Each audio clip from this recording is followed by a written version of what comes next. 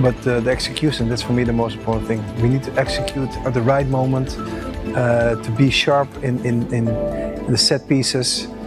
Memanfaatkan peluang sebaik mungkin sepanjang laga menjadi perhatian Kluivert saat menghadapi Arab Saudi maupun Irak, saudara. Kluivert juga memberi perhatian soal ketajaman timnas dalam memanfaatkan peluang, termasuk menyiapkan skema tendangan bebas untuk menciptakan gol ke gawang lawan. You know, from my point of view, the players need to be ready. We know that we are representing a country, a very big country of football. So roughly we know, of course, that we want what we want to do, but the execution, that's for me the most important thing. We need to execute at the right moment, to be sharp in the set pieces, knowing what we want to do and achieve a good result. Kurang dari 3 hari, saudara, timnas Indonesia akan melakoni laga hidup mati melawan Arab Saudi. Soal kesiapan timnas dan apa taktik pelatih, kami bahas bersama dengan analis sepak bola Wesley Huta Galung yang telah bergabung bersama kami di Kompas Petang. Selamat sore, Bung Wesley.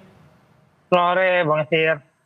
Ini faktor fisik dan juga pemain dengan jeda waktu yang dimiliki oleh saat ini dimiliki oleh timnas Indonesia. Bagaimana Anda menganalisis soal ini? Iya, tidak semua pemain berkumpul ya hingga saat ini. Tanggal 6 mungkin baru kumpul semua. Hari ini pun 2 pemain kita yang main di Liga Bangkok, Tadi Walsh dan Ken Patinama masih bermain. Kemudian 9 pemain lagi baru meninggalkan negaranya hari ini ya, termasuk Martin Paes, Justin Hubner kemarin juga bermain. Jadi waktu berkumpul benar-benar mepet. Jadi kalau kata PT Kluivert tinggal eksekusi. Nah, tergantung profesionalitas pemain kita nih. Karena waktu berkumpul membangun chemistry tidak ada. Kembali ke profesionalitas pemain semua. Bagaimana mereka saling mengerti tactical game yang disiapkan, kebiasaan teman-temannya sudah nggak ada waktu lagi. Jadi mereka sudah harus menunjukkan profesionalitas mereka. Karena itulah resiko kita mengambil banyak pemain yang berkompetisi di berbagai negara. Mau tidak mau harus siap ya, karena ini laga hidup mati begitu melawan Arab Saudi. Sempat disampaikan oleh Kluivert begitu, menyiapkan skema tendangan bebas begitu. Siapa saja menurut Anda yang paling berpotensi untuk dipilih sebagai penendang? Kalau tendangan bebas kan kita tahu ya, sejumlah pemain kita termasuk yang di liga lokal pun masih bisa bermain. Kalau saya lihat profesor kita bisa mengambil tendangan bebas meskipun belum terlihat nih ketika dia bermain di Persib Bandung. Tapi kalau saya sih Bang Yasir bukan mengandalkan tendangan bebas. Tapi bagi saya kita mengandalkan serangan balik karena itu kekuatan kita, kecepatan kita. Kalau tendangan bebas, kalau free kick, pemain-pemain lawan juga punya postur tubuh yang nggak kalah jauh dari kita. Kalau mengandalkan serangan balik, apakah taktik ini juga bisa jadi salah satu kunci begitu untuk menaklukkan Arab Saudi nanti? Ya, kita sudah melakukannya 2 kali di putaran ketiga. 0-1 di Arab Saudi dan 2-0 di GBK. Tapi kita nggak boleh lupa bahwa para pemain kita yang berkumpul sekarang mungkin tidak begitu cocok dengan skema serangan balik yang kemarin-kemarin kita lihat di putaran ketiga, putaran kedua.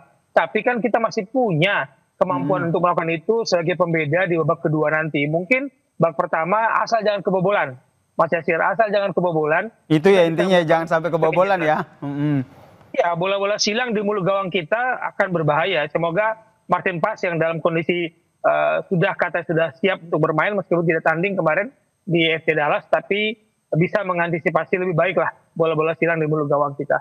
Oke, menyerang harus dilakukan untuk mencetak gol, tapi jangan sampai kebobolan seperti kata Anda. Lini bertahan kita ini nanti seperti apa menurut Anda? Ya, semoga kita masih berharap komposisi yang terbaik ya, Jaites, Strido dan kawan-kawan. Dengan formasi apa? 4 di belakang atau 3 di belakang, semua itu tergantung kembali kepada pilihan pelatih. Karena di Belanda biasanya mereka main 4-3-3, komposisi 4 belakang. Tapi kalau kita kemarin-kemarin hampir 5 tahun bermain dengan 3 center back, bukan tidak mungkin. Itulah yang tadi saya katakan, profesionalitas para pemain ditunjukkan di pertandingan kali ini karena waktu mepet. Kalaupun skemanya berganti, komposisi berganti, mereka tidak boleh dijadikan alasan bahwa nanti hasilnya tidak baik. Karena aspek teknis dan non teknis ini sangat mempengaruhi, Mas Yasir. Ini non teknis juga siap-siap saja berpengaruh kepada situasi di lapangan nanti. Oke, tentu saja kita harapkan Indonesia bisa menaklukkan Arab Saudi ya di laga hidup mati ini ya. Amin. Doa kita bersama, doa seluruh rakyat Indonesia.